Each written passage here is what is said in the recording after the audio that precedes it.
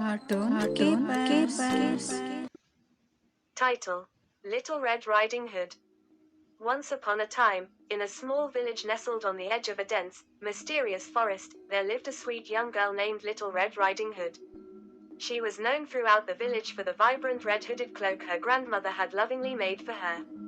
Little Red Riding Hood wore it everywhere, which is how she got her name. One sunny morning, Little Red Riding Hood's mother asked her to visit her grandmother, who was feeling unwell and lived deep within the woods. She packed a basket with freshly baked goodies, including warm bread, sweet honey, and a bottle of wine, to bring some comfort to her ailing grandmother. With her red cloak draped around her shoulders, Little Red Riding Hood set off on the forest path. Her mother warned her not to talk to strangers and to stay on the path. Grandmother's house is not too far, her mother said, so be quick and come back right away. Little Red Riding Hood promised to be cautious and headed into the woods. The dappled sunlight filtered through the tall trees, casting playful shadows on the path. She hummed a cheerful tune as she went along, enjoying the beauty of the forest. Unbeknownst to her, a cunning wolf had spotted her from a distance.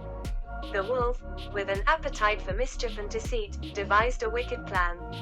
He knew where Little Red Riding Hood was headed and decided to reach her grandmother's house first. Arriving at the grandmother's house, the wolf knocked on the door, imitating Little Red Riding Hood's voice. "Grandmother, it's me, Little Red Riding Hood. I've brought some goodies for you." The elderly lady, lying in her bed, heard the voice and thought it was indeed her beloved granddaughter. She opened the door, and in a flash, the wolf pounced on her, devouring her in a single gulp. Disguised as the grandmother, the wolf then put on her nightcap and climbed into her bed, pulling the covers over his head. He eagerly awaited Little Red Riding Hood's arrival. When Little Red Riding Hood finally reached her grandmother's house, she was surprised to find the door ajar. She entered cautiously and saw the figure in the bed, covered by the blankets. "Grandmother, what big ears you have," she said. "All the better to hear you with, my dear," the wolf replied, trying to mimic her grandmother's voice.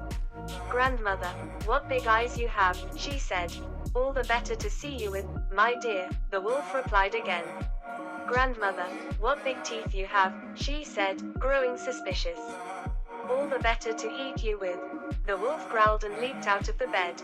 Terrified but quick-witted, Little Red Riding Hood screamed for help, and her cries reached a passing huntsman.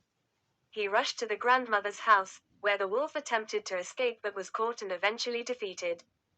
Little Red Riding Hood and her grandmother were saved, and they learned a valuable lesson about caution and the dangers of straying from the path. From that day forward, they never forgot the wolf's cunning tricks.